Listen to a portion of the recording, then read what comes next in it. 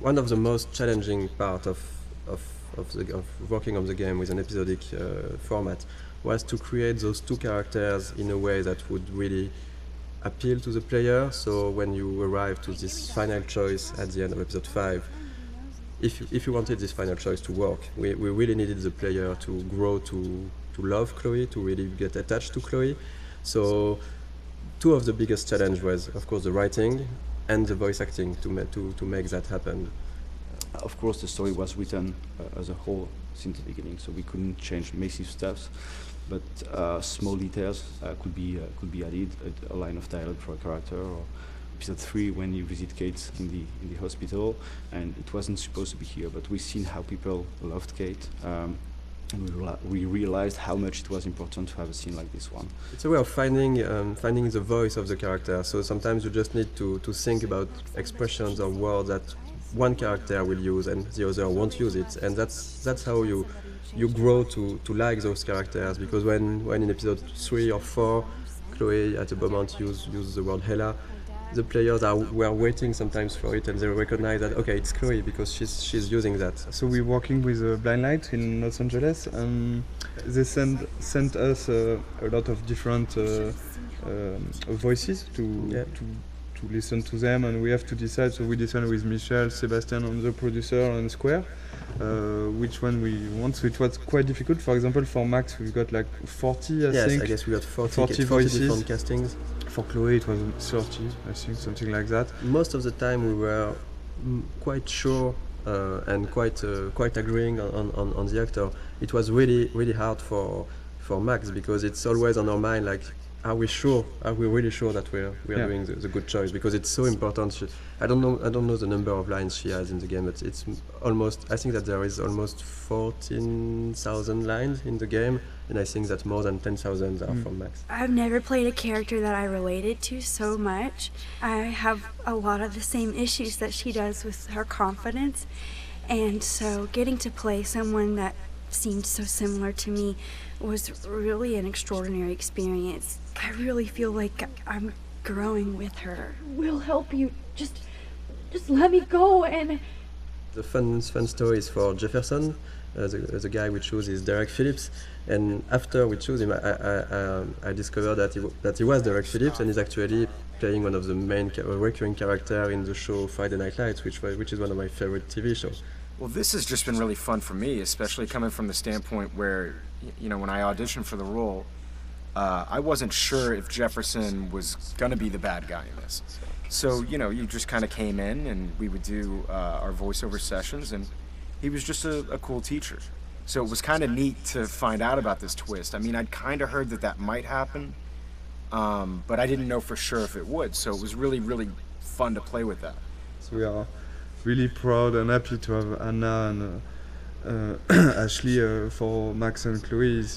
All the voice talents we've worked with were really involved. They've given something unique to those characters, and that's why it has worked also. It's because there is a part of their soul inside their character. For Hannah, for Max, one of the hardest parts is that there is so many lines of inner voices. So it was really important for Hannah to give something great for those, and I think it was quite the case. And for Ashley, one of the really hard part is that there is and for Hannah too, there is a lot of really emotional scenes.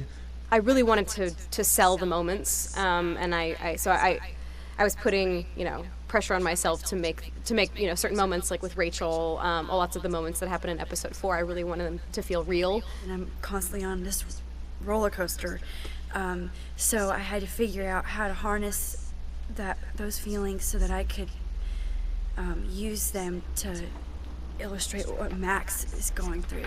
I remember during the voice recording session, for example, for the scene where they are discovering Rachel's body, it was really hard, even just for myself, to listen to the scene, and they told me after that they were, both of them were really crying when they were recording this scene. We knew already how we wanted to end each episode, but after we take a lot of time to discuss about how, and to think about the editing and the framing, the layout of each scene. The endings of each episode.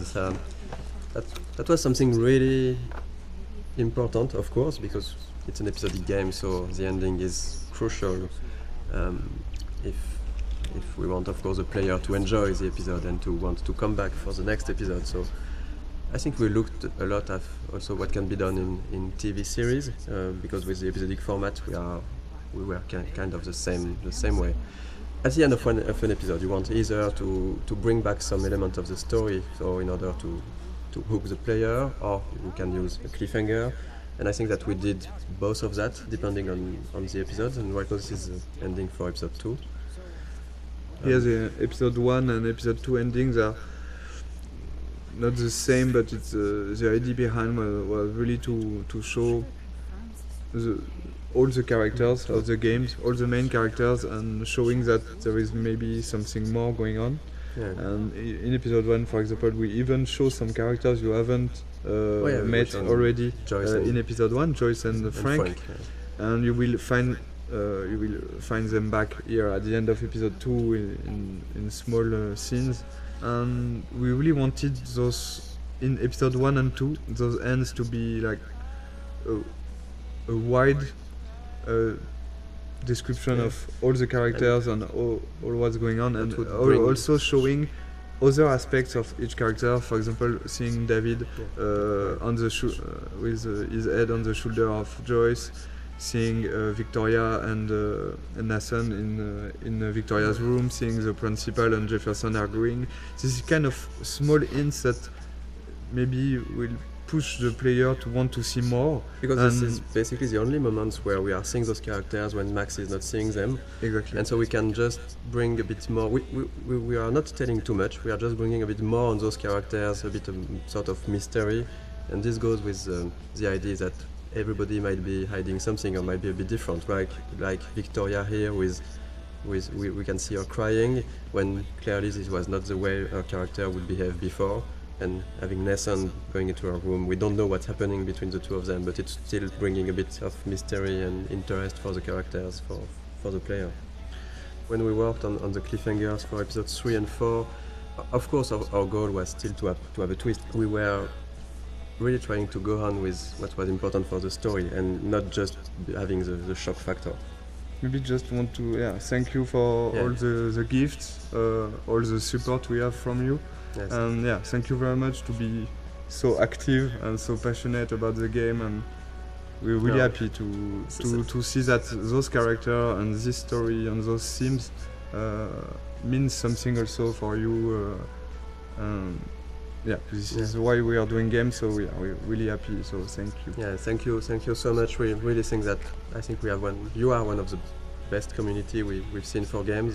I'm going to cry, Michel. Yeah, and this community is really nice. I didn't see a lot of bad words. You know, sometimes in video games community it can go easily wrong, and it was really it's really pleasant to read and to read everything that the Life is Strange community has to say.